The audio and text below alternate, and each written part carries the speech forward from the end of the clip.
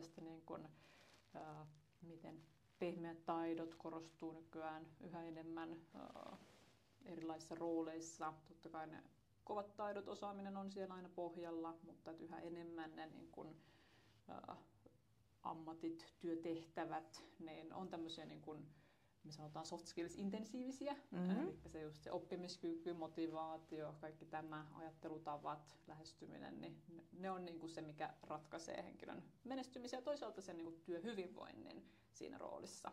Miten te näette Broman Groupilla tämän? Joo, no, meidän slogan oikeastaan on, että asenne ratkaisee. Ja jos vähän niin kuin taustalla HR-näkökulmaa siihen, niin tosiaankin rekrytointi on tosi usein semmoinen pitkän tähtäimen iso investointi ja mahdollisuus tehdä töitä entistä paremmin ja yhteistyötä entistä paremmin, mitä ennen ollaan tehty. Vaikka olisi kesätyöntekijä, niin meillä tosi moni kesätyöntekijäkin jatkaa. Et siinäkin on hyvä olla tarkkana. Ja koska kyseessä on pitkäaikainen investointi, niin silloin täytyy miettiä, että tietenkin täytyy olla hyvä asiaosaamispohja, ainakin tietyissä tehtävissä, mitä me ei voida opettaa henkilölle, mutta vielä tärkeämpää on miettiä, että tällä henkilöllä on hyvät edellytykset sit oppia kaikki se, kun maailma muuttuu nopeasti ja mitä se työ on esimerkiksi 3 vuoden päästä. Just näin. Ja sit yhteistyötaidoista mä haluaisin tuoda tällaisen niin kuin urheilujoukkue-vertauksen, että eihän urheilussakaan tehdä niin, että sä oikeastaan otat kaikki tähtipelaajat ja pistät samaan joukkueeseen. Tai ainakaan siitä ei välttämättä tule sitä tähtijoukkuetta, vaan siellä pitää olla erilaisia vahvuuksia. Että on tosi tärkeää, että on sellainen ihminen, että saa muut loistamaan. Kyllä. Mun mielestä se on tosi kiva ominaisuus, koska siinä näkee parhaat tiimityöntekijät, ne oikeasti saa tiimin suorittamaan paljon paremmin ja tuo semmoista hyvää oloa ympärilleen. Ja sitten mun mielestä sekin on tärkeää, että muistaa, että joku tekee maalin, mutta sille jollekin joku on syöttänyt kiekon, heittänyt pallon ja näin edelleen, ja ne on vähintään yhtä tärkeitä ihmisiä. Kyllä.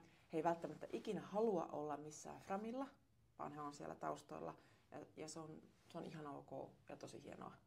Ja me tosiaankin tarvitaan erilaisia taitoja, ja ne on nimenomaan soft skillsejä. Joo, noihän toi on, ja muistan erästä tapahtumasta, nyt en muista tarkkoja lukuja, mutta että oliko se 10 vuoden päästä ihan niin kuin jäätävä prosentti niin kuin työtehtäviä on semmoisia, mitä ei ole vielä tänä päivänä olemassa. Muistan, kun mä kuulin sen ekan kerran, niin se vähän niin kuin jopa pelästytti. Ja just se, että miten itsekin pysyä niin kuin mukana tässä maailman menossa ja oppia. Niin kyllä se niin kuin pehmeät taidot korostuu siinä, että sitten pitää vaan luottaa siihen, että kun ne kovat taidot sitten oppii, mitä ikinä ne taidot siinä ajan hetkessä, siinä työtehtävässä, siinä roolissa, siinä yrityksessä, siinä tiimissä, niin ne pitää pystyä sitten oppimaan, mutta kyllä se täysin samaa mieltä asenne ratkaisee.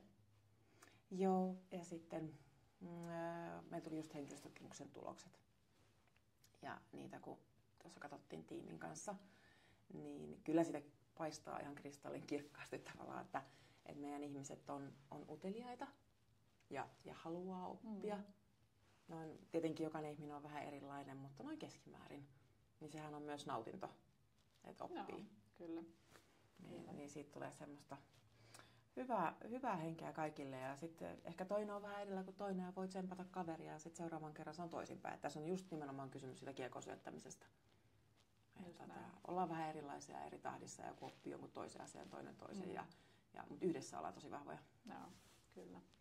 Joo, mä tykkään tuosta joukkueen vertauksessa siinäkin, että kun rekrytointia tehdään ja määritellään just se profiili, mistä sanoit, ja lähdetään hakemaan tietyn tyyppisiä henkilöitä, katsotaan, että nämä on ne piirteet, mitkä auttaa työssä menestymisessä.